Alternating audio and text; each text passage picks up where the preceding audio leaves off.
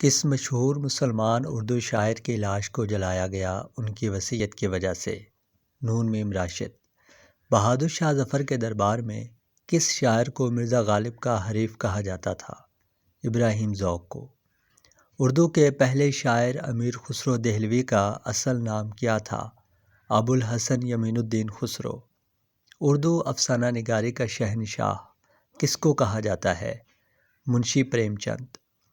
مرزا غالب کس سلسلے میں 1829 کو کلکتہ گئے؟ پینشن کے سلسلے میں۔ راولپنڈی سازش کیس میں کون سے اردو شاعر گرفتار ہوئے؟ فیض احمد فیض۔ ایک وقت ایسا بھی آیا کہ علامہ اقبال نے شاعری کو ترک کر دیا تھا، لیکن بعد میں کس کے کہنے پر دوبارہ شاعری شروع کر دی؟ Professor Arnold. کن اردو شاعروں کا تعلق سیالکوٹ سے تھا؟ فیض احمد فیض، علامہ اقبال، مولانا ظفر علی خان۔ اردو کے کس مشہور شاعر کا تعلق کوہاٹ سے تھا؟ احمد فراز۔ علامہ اقبال نے فلسفہ خودی کی 3 منزلیں کون سی بتائی ہیں؟ نمبر 1 اطاعت، نمبر 2 ضبط نفس اور نمبر 3 نیابت الہی۔ اسپین کے سفر کے دوران علامہ اقبال نے مسجد قرطبہ میں کب نماز ادا کی؟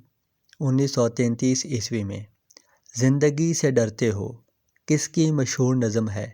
نون میم راشد کی۔ ناول ایک چادر میلی سی کے مصنف کا کیا نام ہے؟ راجندر سنگھ بیدی۔ اردو کے جان کیٹس اختر شیرانی کو کہا جاتا ہے۔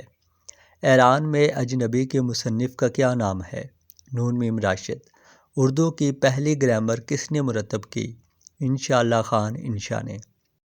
ماورا کے مصنف کا کیا نام ہے؟ نون میم راشد۔ اردو نثر میں سب سے قدیم صنف کون سی ہے؟ کہہ مکرنی، اور کہہ مکرنی کے موجد ہیں امیر خسرو۔ ایک پہاڑ اور گلہری بچوں کی مشہور نظم ہے، یہ کس شاعر کی ہے؟ یہ انگریزی شاعر ایمرسن کی نظم سے ماخوذ ہے اور یہ علامہ اقبال نے لکھی ہے۔